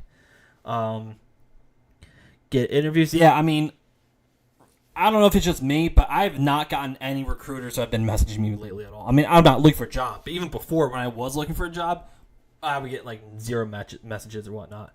I would get no message, and I think it's getting a lot more difficult. And I know for a fact, because I know that I put out, I think it was 2 or 3 weeks ago, I put out a job posting that we had at Spring Health, and I made it very clear that I have zero say in the hiring process, so I'm just doing this to give visibility because I really like where I work. But the amount of messages I got was absolutely insane. I could not, and that's what recruiters kind of go through that, right? They get a lot of messages. Hiring managers get a lot of messages, and unfortunately, they don't mean to, but they just can't respond. They don't have the time to do it. So it's really tough lately for getting interviews through that way. Great for networking with people who are in the fields I want to get into. Senior progress by grade. It's yeah, it's a ton of information. It's so much, and even me, even the other day, I was on it and I had to get off, because I just it was just too much information, too much. I'm you know what? I don't know if it's my ADHD, I was having a rough moment with that, but I was just hey, this is just my brain. I need a break from it.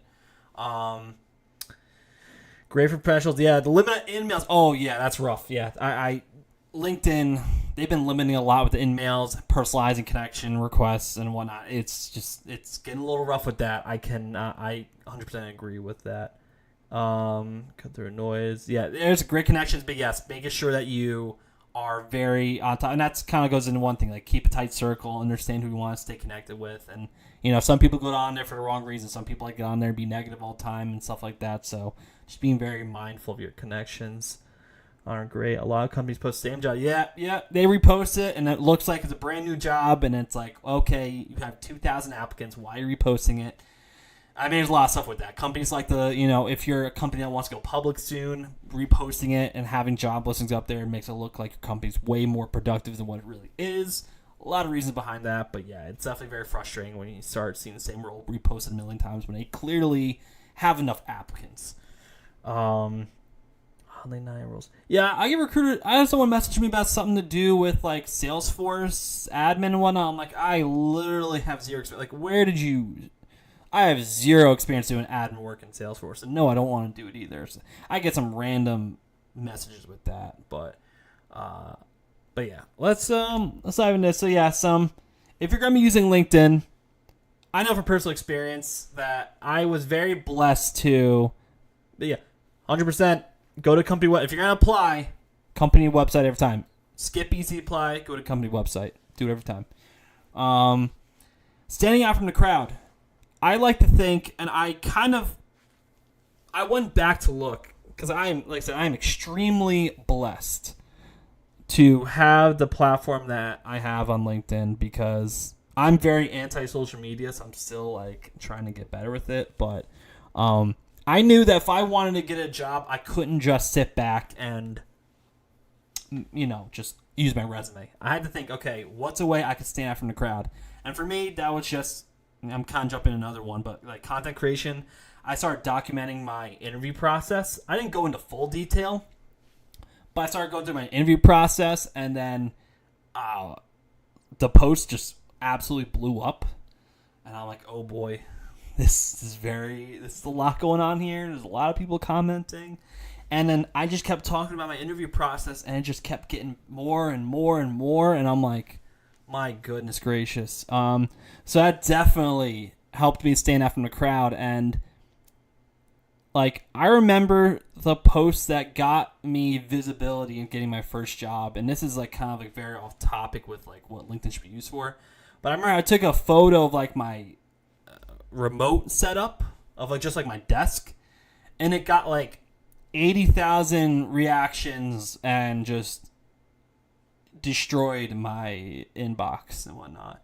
And I had like 30 recruiters send me messages and whatnot. So it's like crazy how much like social media can play a game into your career and whatnot. So doing to stand out from the crowd, not just doing what everyone else is doing, trying to be a little more unique is definitely good. Meeting like-minded professionals. People are trying to get into industry, kind of like a lot of people are in here right now. Other people that follow me on LinkedIn. Try to meet people who are also in the same position as you, who want to get in the same profession or domain. Definitely try to connect with them there. Learn from data professionals, someone like me, other people on LinkedIn. Try to follow their content or try to reach out to them, discuss some things that they've done. Learn from them is also great. Attending events, so I know on LinkedIn there's a bunch of events that get put on there. There might be some networking events, some other event. Just there's a bunch of random events on there. I see a lot of networking events that are on there on LinkedIn. So highly recommend looking into that. Job board, like I said, I personally, just my opinion, I still think LinkedIn is probably one of the best places to look for jobs. Yes, there's a lot of trash on there, but there's also a lot of trash on places like Indeed and ZipRecruiter and stuff like that. So I think LinkedIn is definitely a decent place because if you find a job you like, you could use the same platform to connect with someone at the company. So I still think it's very valuable from a job board perspective. Content creation, like what I said before, if you are someone who's creative, wants to show off your voice or something like that, very useful to go through that way. And this is the most important part. Trev, I feel you on the ADHD part. I feel you on that. Oh my goodness. Kita, the main part here, long term over short term. I'm gonna sit back for a second because I need to take a breath before what I'm about to say because I cannot emphasize short term over long term over short term enough. Okay. You don't just use it to get your job. You get your first job and you keep working on your LinkedIn. I don't like when I see people, they go crazy with LinkedIn to get their first job and then they just stop. It's okay to slow down after your first job, but that's how you continue to build your network and your connections. You never know what could happen 3 to 4 years from now. I got my recent job because a connection I had posted about it. And I'm like, hey, dude, I just saw you posted this. Do you mind if we talk real quick about it? And we knew each other already. So, I knew right away that in my position, when I got my first job, I'm like, cool, I got my first job. But I got a long way to go in my career. I got a long way. And I'm not just going to stop now. So I think whether, for me, I'm definitely more in like the content creation space. But I still am trying to build up my personal network a lot. People who are also in manager jobs. I'm trying to learn what they do because I want to be a manager one day. Learn from directors, stuff like that. Because you never know. Like, knock on wood. What if one day I need to look for a job and I'm in a bad situation? I should have a network that's there for me. So I really think with LinkedIn, it's all long term. It might not be the most useful now, but you never know when you might need it in the future. So just think long term over everything that's short term. I cannot emphasize that part anymore. Tabs open, so imagine. Oh yeah. I tried the multiple tabs. Yeah, it's brutal. Just for my LinkedIn post, I've been sharing updates about my project dashboards every week, but I'm looking for ideas as well as posts. Any advice? That's a great one. Yeah, because when you're just starting out and you don't have your first job yet, it can be really tough to think about content. But a lot of things is like sharing updates about projects and dashboards. Well, also you could talk about like specific, what was it? Like specific parts of the tools, like maybe you learn something in SQL new or something like that, or maybe you learn something about in Excel or Tableau. Those are kind of really big things to talk about. I think anything technical, people love technical tools, right? People love talking about them, learning about them. So if you ever talk about something you learned in a technical tool or you learned something in a course or something like that, you can talk about that. I think those are really good too because it also gets that keyword out there into the search because you never know who might find it. So I like to talk about that. Anything technical is really good to talk about if you're trying to get into your first job because it gets to show off what you're learning and stuff like that. So let's go on. Let's see what we got here. Job hunting. Oh yeah, I threw in this little emoji here. Job hunting. Doesn't everyone love this part? If you're in a job hunt right now, like isn't this like by far the best? I mean, let me know in the chat. Does everyone love job hunting as much as I do? Right? I mean, it is by far the best part of the whole entire journey. You do all this hard work. You get your resume up, portfolio, LinkedIn's going, everything's going great. And then you get to the job hunt, which is by far the greatest part. If you can't tell by my horrific sarcasm, I'm incredibly sarcastic right now. It is absolutely brutal. It is rough, no matter what. I got my job quickly in my first one, and it still was not fun. It was absolutely horrific. So if you feel comfortable in the chat, if you want to talk about some, if you're in the job hunt, this would be like a little vent session, right? What are some things you've been noticing in the job hunt? Some things are positive. What are some things that are driving you insane? What are some things that are, like I said, things that you're noticing that are, going well? What are some things you're noticing that are just driving you absolutely nuts? I know for me, it's like transparency between, like once you get the interview, like I've had a lot of issues with recruiters or hiring managers just not being transparent at all during the interview process, and it would just drive me absolutely nuts where, you might apply for a job and they're like, oh, actually we changed the title from senior analyst to analyst. Are you still interested? And I'm like, no, the pay's way less. They no, I don't want to do it. Or I'll go into a job process and they lead me on for weeks and weeks and they're not transparent, and that drives me absolutely nuts. And I think, yeah, this is the part where everyone usually feels some type of frustration. And that is because at the end of the day, we should have a plan set. And some of the main parts that are having a plan is having a job tracker. I really can't advise that enough. Track the jobs you apply for, because using that will help you show what's going right, what's not going right. The more data that gets put in your job tracker, hopefully the more accurate it can be on what's going on, right? You might do your job tracker, be like, oh, I'm applying to a lot of easy apply. Let me try to expand my type of application method. Or, I'm applying to a lot of jobs that are remote. Let me try out hybrid. Like, it's just doing that job tracker will help you really show where your efforts are going. I'll just see right here. Emoji's actually, yeah, appreciate it. I don't know anything about going from your job proposals. Yeah.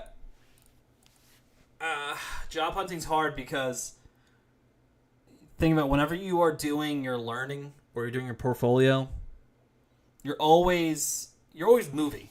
Things are moving. You're seeing progress. Things are moving. When you're job hunting, it's a lot of just you have no idea what's going to happen. One day you could have all rejections, the next day you get an interview. It's so random. You have no idea what's going to happen. It's so slow. That's what makes it hard because it's the unknown. You have no idea what's going to happen. I think that's what really, really makes it tough. Recruiters take forever. Yeah, like I said, recruiters, I mean, they got hard. At the end of the day, not like every other job out there, you're going to have some good ones, bad ones. Just like analysts. There's some good analysts, there's some bad ones. But they got a lot on their plate. Like, I've learned so much about, like, I mean, not every recruiter, like I said, not everyone's the same. But I talked to one the other day who works at my company, and she explained, like, what she has in her inboxes on LinkedIn and just what she has. Like, she is in meetings all day. She doesn't have time to answer people on LinkedIn. And it's like, you just realize how difficult it is to just reach them because they don't have the time to do so. The ones that are easy to reach out to, the easy recruiters are the ones that are more third-party. Third-party recruiters, like if you work for like Robert Half or these, agencies, they're a little bit easier to reach out to because their specific job is to get you in a job. Internal recruiters have things like meetings, other stuff to get in the way. They got to work with other teams on some other projects and then do interviews. Internal recruiters are much more difficult to reach out to than agencies. Agencies are, like I said, their specific job is to get you a data job. So if you're someone who's trying to get into your first one, I'd recommend looking into third-party recruiters or agencies to try to help out because that is their job. That's their specific job they do, and that's it. So, know what kind of roles you're looking for. Try not to be too broad. If you want to get roles in certain domains or anything like that, look there. If you want a remote job, stay there. Know what you're looking for. You get too vague or get too open-ended, it becomes a hot mess. Really know what you're looking for. That'll make everything significantly easier and stay focused. Your domain knowledge and experiences, if you have anything that's relevant or specific domain, definitely make sure you know that. Like for me, I come from a pretty strong financial background and a little bit of healthcare. So for me, when I look at healthcare companies. Like I know for me in my recent job search, out of all the interviews I had, all of them except for one were with a healthcare company. So I realized that for me, like having that background definitely made a huge difference. Do agencies help people who are changing? Yeah, of course. Yeah, I mean, yeah, that's their job. They don't really. I mean, it's a nice way. Like they don't care whether you're changing your career or not. Like they get paid based off putting you in a job. So if they have a conversation with you, and you sign for a job offer that's like $70K, the company that you are working for will pay that recruiter a certain percentage. So yeah, they're gonna work hard to get you a job. It's to them it's like a sales job. You are the person, they got to sell you to get a job. That's it, right? So agencies definitely help. They're a little bit more open also with contracts too. If you're someone that's looking for a sponsorship, like they're definitely a little bit better with that as well. So I highly recommend looking at agencies or third-party recruiters that definitely help out. How do I set up the job tracker? That's a good point. I have a job tracker. I was going to make it into a video, but I could look into giving out the template in the meantime. I'll give you. But yeah, I mean, some of the biggest things for the job tracker is just putting in date, the date it happened, the company, just some more typical stuff. The company, the job title, is it remote? I do this on Google Sheets to make it a little more interactive. I'll do a drop down whether it's remote, hybrid, on site. I'll do one based off the domain it's in. I'll put the link to the the application. I'll put in how did I apply? Was it easy apply? Company website. I'll put one for a progress. Like, I'm trying to analyze as much as I can. So when you're putting in your job tracker, think of all the different categories you could think of, just so you could organize your work and see where your efforts are going. I even would make some charts. Be some charts like, oh, how many jobs did I apply for this week? How many jobs have I been applying that are easy apply? Like, you can have some fun with it, right? So that's how I would set up like my job tracker. Help analyze. Yeah, exactly. If you're gonna be a data analyst, why not analyze your job search, right? Just why not do that? If that's the whole point, is you want to be an analyst, analyze what you're doing to help you out with your results. Schedule a time and day for job hunting. Try not to get too like just you're gonna do it when you can. Like, try to think about on a weekly basis when you could, sit down and actually put some effort into your job hunt. And then last but not least, using different job hunting methods, like I said before, like using easy apply, company website, stuff like that. Use many different methods to really see which one is helping you out the most. Utilizing LinkedIn, pretty common. I mean, I've talked about this a bit online, but if you're going to be utilizing LinkedIn, I think the best way is to definitely find posts from the recruiters or hiring managers looking for data analysts. I was doing that for about a month, where I was putting together posts on LinkedIn. I would specifically go find these posts and just post on LinkedIn for everyone to find. It's a lot of work. It's a lot of work, and like I just don't have the time as much to do it. I want to get back to that very soon. But the way to do that, I just go in the search bar. You just search, for example, I put in keywords like data analyst remote. You can put things like SQL remote. Try to find specific keywords, and then you filter out for post, and you can see exactly who's posting it. You'll have to do some digging, because of course it's not organized by location. You might, if you, for example, if I search right now, it's 8 p.m. my time. I'm not going to get a lot of posts from people by me. I might get a lot of posts from people on the other side of the world. Where if I search at 10 a.m., I have a better chance of getting more results. And of course, having a much well-organized professional LinkedIn profile could definitely help when people click on your profile to make sure that you're an actual solid candidate for the role. Making a career change move. What should be the first intro or like on the resume? I'm aware not to use the word expiring analysts. If you're trying to get your career change, make it look like you are currently a data analyst. Like, say data analyst on it. Don't say aspiring. Just say data analyst. Don't discount yourself. You gotta be confident in yourself. Say data analyst. You are a data analyst at the end of the day. Okay, so anything you do, don't say aspiring or anything like that.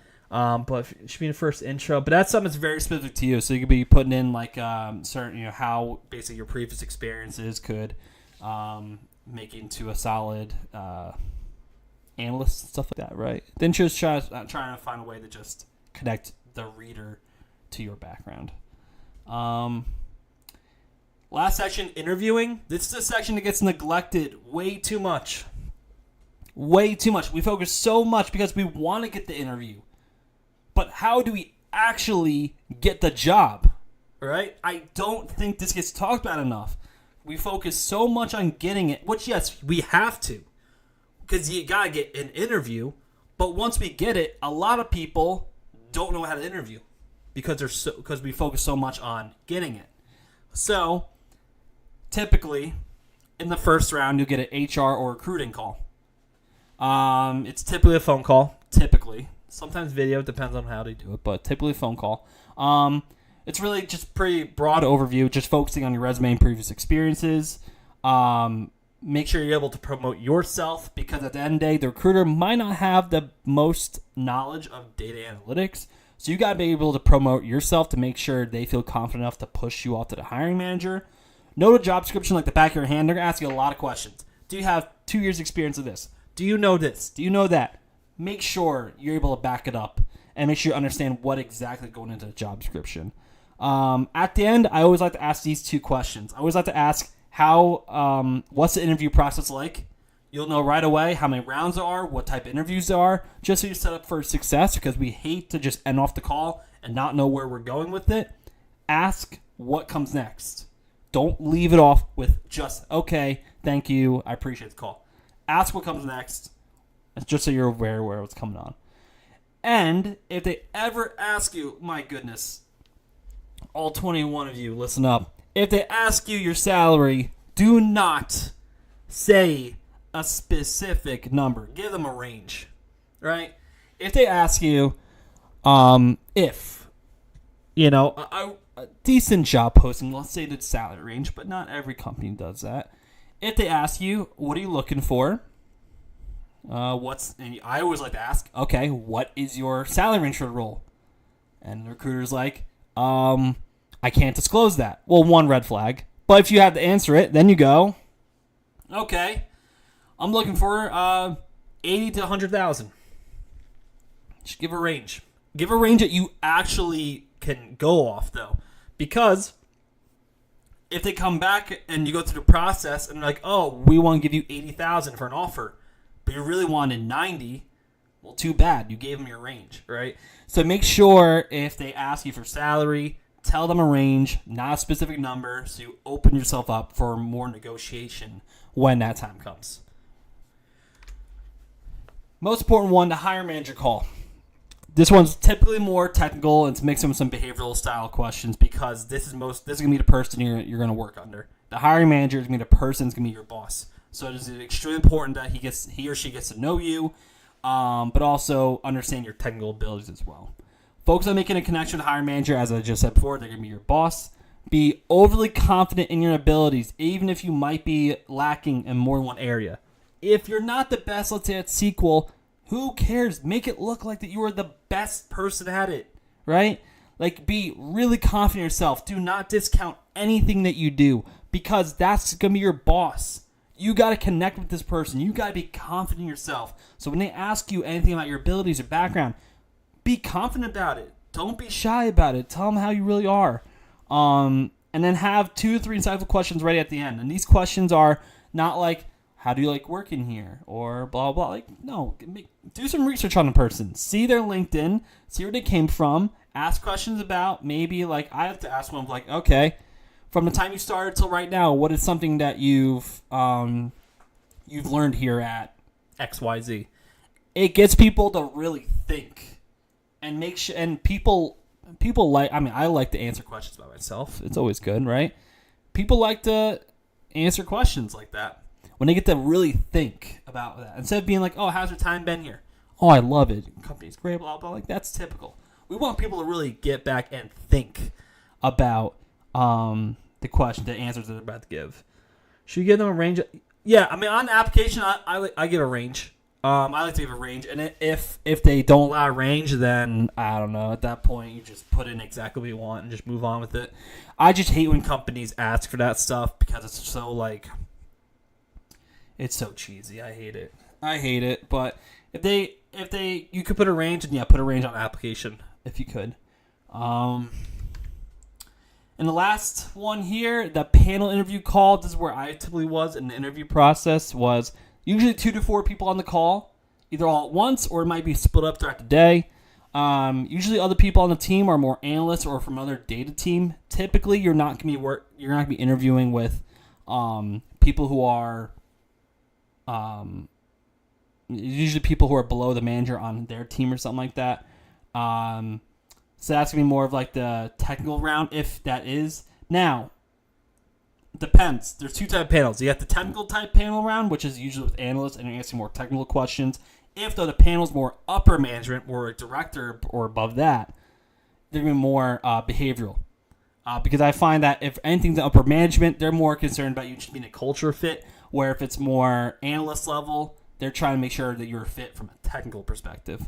That's usually where you start getting these technical rounds where you do a live coding interview or something like that. Or if it's upper management, you're kind of answering the same type of questions that you had during your hire manager call. It's kind of the same type of questions right there. But I believe, yep, that's all I got. That is all I got. My goodness gracious. A lot of talking. But I know it threw a lot of information right there. Put a ton of information. Like I said, this is available on my LinkedIn that you can download this, keep it for yourself. It's on my LinkedIn page. I just posted it like a couple hours ago. I will leave it open, and I really appreciate you guys because this was a lot of information. Like I said, this is going to be a very long webinar because there's so much we can talk about. I will leave this open if anyone has any specific questions about anything I talked about, any questions you might have. I am going to leave it open for a bit here. I got nothing to do. So if anyone has any questions, feel free to ask away, and I can answer to the best of my ability. But yeah, I'll leave it open for Q&As right now. Let me duplicate this. Put it at the bottom.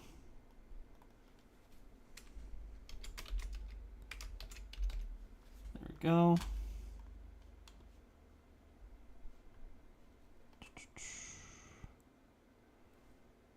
It's asking about a typical workday. So that's a good one. Move this really quick. Oh boy, what happened here? Sorry, let me swap this. Okay, whatever. Asking about a typical workday. That also kind of falls in line. I mean, I would enhance that a little bit more. I would say more of a good question to ask is what are some typical what are some difficulties that usually happen on job, or what are some issues that are happening currently within the team? That's gonna be more. It's not asking like, oh, what are the problems you guys run into? It's more like, yeah, like what are some things you're trying to solve right now? I think getting a little more specific and not ask more general questions, more like get into specific reasons of like, okay, like what is driving your team the most? What's the most time consuming thing on your team, and how could I be the most help with it? It's really making them think about how you specifically can help, and then also them specifically talking about, the issues that are on the job. I think doing that will show that you are much more invested in the exact job than you just asking questions. Ask questions. If you have an offer of software developer, should I take one? Okay, that's a tough one. Because that's, there's a lot that goes into that decision. But it depends on your personal situation. If you are someone who needs a job and you need it, yeah, go do it. Yeah, do it. You need a job, go take it. If you're someone who doesn't need a job right away, then don't. It really just comes down to what exactly you need in your personal situation.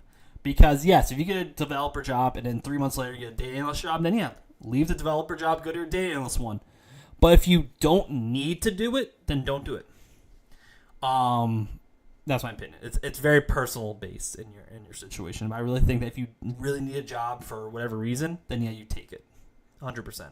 I am a fan of, I call them like a bridge job, a job you take that will kind of just keep you floating until you get to your data job, and you take it whether you're in a financial situation or you're a person who's a student and you need some experience and stuff like that.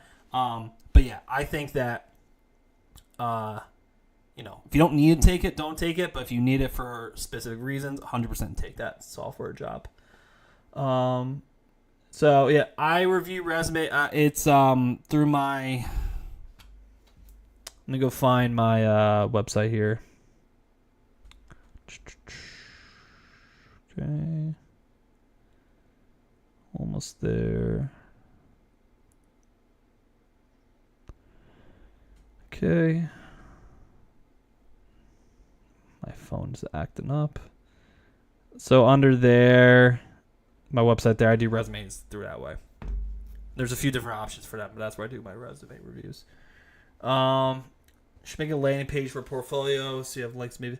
So what we mean by a landing page should be basically mean like making your own website, right? In that way, if you're making it sound like that, like should I make a landing page for a portfolio so you have links to Maven and whatnot? I will say, yeah, that sounds like you're kind of making your own website. If you want to do that, then yeah, you go do that way. And it's valuable. It just takes more time. If you can do it and do it well, yeah, go do it. But most people don't have the ability or time to make their own website. Maven's not bad because they do have links in their Maven website that you can, put hyperlinks in your Maven portfolio already. But yeah, if you can make your own website, 100%, that's always the best way to do it. But if you don't have the time or the ability, Maven's by far the best to do it. So that's definitely less clicks the better. Spot on. Less clicks the better. Whatever we can do to get them right to the source, that's the best thing we can do. And also, if I have my portfolio on Maven, I also might put a second link to like my GitHub as well to separate it. There's a fly. I might get this thing out of here. I'll put like also a second link on my resume too for GitHub specifically instead, so I have to do less clicks. I think ours answer switch. Yeah, I mean you switch software development, data analytics, you do whatever you want. Yeah, whatever you want. Does it count experience? I mean, it's not the same. It's more relevant, but it's not the same as you don't do the same tools and stuff like that. The same works different. The work's all different. But yeah, you could definitely. It's relevant. It's probably the most relevant of any experience that's not data analyst related. But it's not exactly the same. No shall require 2 to 3 years. Require 2 to 3 years of relevant experience. What should the approach be then for a fresher? So, like I said, the job I had in the beginning said it needed 2 to 3 years of experience. The job I have right now said it needed 5 to 7. It's how you present yourself on LinkedIn and your portfolio and your resume in general. Like, you need to make sure that the projects you have are equivalent to people who have like 2+ years experience. Because at the end of the day, if you could do the work, that's what matters more. Right? If you could do the work, that's all that matters. So usually people who require 2-3 years experience is because they're looking for people who could do the job right away. But if you don't have the experience but your projects are really good, that bypasses it. And that's my opinion. Not everyone has that way of thinking, but that's my way. If someone could do the job, I don't care how many years experience they have. If they could do it, let's get them on the team. So that's where you got to make sure your projects and your resume is 100% spot on, to make sure you can bypass those 2-3 years of relevant experience. You want to make sure that whatever you promote on your resume or portfolio is equivalent to someone who has 2 to 3 years of experience. That's my opinion. As data analyst, must I learn coding in Python and sometimes use... Yeah. As I said in the beginning, what is it? It said back here, where is it? It's under my additional tools. It's not 100% now. This is also going to depend on market, location, stuff like that. It's not 100% needed. However, it's only going to help you, right? It's only going to help you. If you don't have it, it's not going to hurt. But having it as a tool in your toolkit, should I say, can only help you at the end of the day. But it definitely takes some time to learn. It's a little bit of a learning curve, but I think if you're applying for jobs and you're not seeing a ton of, let's say, traction, you might spend some time learning Python or R and something like that. But yeah, it's definitely not 100% needed in my opinion. But definitely down the line should be something you learn 100%. Let's see here. How do you get ideas to start? Okay, oh boy. Okay, we got a lot here. How do you get ideas to start building projects and learn skills? I usually go on I'll go on YouTube, see what people also create to get an idea of what type of content to look at. But just think overall, like sales data is pretty good to use. Anything financial, because most people understand how sales and finance works. So trying to find data sets and work that's relevant to actual industry standards, not just making random projects to make them. Domains, that's hard. If you're starting out, if you don't have a ton of specific domain experience in your past experiences, it's kind of hard. I would not pick a domain unless, like, if you were a nurse for 10 years, then maybe stay in healthcare. But if you're someone who just had a bunch of random jobs, like, I would not specifically pick a domain. I would just kind of be open-ended and just make more general projects. And I kind of answer that one. Yeah, what type of projects is more things that actually be relevant to a business perspective, not just stuff like, don't analyze your Spotify songs or whatnot. Like, make something that actually could be used in a business setting. So things like sales data, finance, healthcare data sets, stuff like that. Things that can be used actually in a job. Ooh, boy.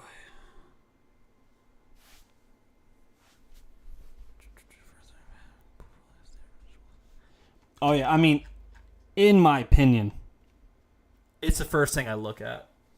It's always the first thing I look at when I look at a person's resume. Is if they have a portfolio. If they don't have one, I ask them right away, like, where is it? Because in reality, just my mentality. If someone is applying for a job and they say, okay, I can do Excel, SQL, Tableau, and Python. Cool. Where's the proof? Right? That's where your portfolio comes in. You're proving you have the abilities and skills. It's like anything else. You could tell me all these things all you want, but I'd like to see the proof. So a portfolio is great because you're able to show off your ability, your analytical mindset, the way you summarize data. It makes people know you could do the job so they feel more comfortable interviewing you for the job. That's the point of the portfolio. 100,000% everyone does it because if you don't have it and you're going for your first job, you could get one without one.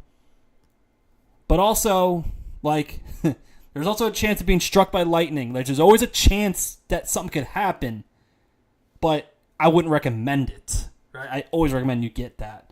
That's an awful analogy, by the way, but you get the portfolio to back up what you're saying on your resume. That's the whole point. Should I look at keywords that should come up with business? Yeah, 1,000%. Yeah, I mean, definitely look at some jobs that you've been applying to and seeing like what kind of context they've been talking about, what kind of assignments or tasks are usually given to certain analysts, stuff like that. Definitely keep researching job descriptions to see what kind of work jobs have. Like I know for my second job I had, it was involving Medicaid data. So I did a project about Medicaid data in the United States, and I did a little analysis on it, and I put it on my portfolio, and they saw it, and like, oh, wow, like, that's amazing. I was able to show off my thinking with Medicaid data, and that's what got me the job. So definitely do some research on what goes in job descriptions and stuff like that to get an idea of what kind of projects to make for sure. That's a good point. Ooh. I sure brought some water. Oh, my goodness. But yeah, if there's any other questions, feel free to put them in the chat. So I still got a little more time. But like I said too, if also you're brand new here, feel free definitely to subscribe my channel or throw a like or anything like that to definitely promote this because I plan on doing webinar every week. Typically, set them for Wednesdays. Typically, every Wednesday. Some would be more project oriented. Some might be webinars like this. But definitely trying to bring some of the content I have into more of a live setting on YouTube. But I'll give it another minute. If not, I'll wrap up here. But I'll just say in general, I really appreciate everyone. I really appreciate everyone coming by. The amount of interaction was amazing. Truly appreciate interaction because that's what definitely made this go way better than what I thought. It's all thanks to you guys. I really appreciate all the interactive comments and everything like that. Like I said, this is also on YouTube, so you can view this at any moment to go back in the video. Also, feel free to, I'm on here a lot, I'm over on LinkedIn, all over the place. But yeah, definitely feel free to, if we're not connected on LinkedIn, send me a connection request. Please put a message in there so I know, you're not just a random person. But yeah. So if anyone doesn't have any more questions, I'm going to wrap up here. I really appreciate you guys coming by so much. Feel free, like I said, stay on the lookout for more webinars coming up. And thanks so much for coming by, and I'll see you all around. Thank you so much.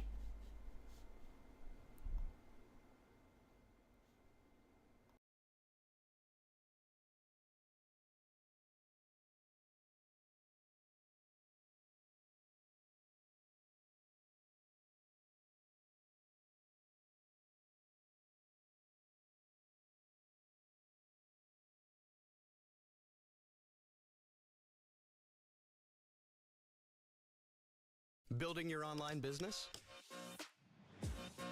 Go to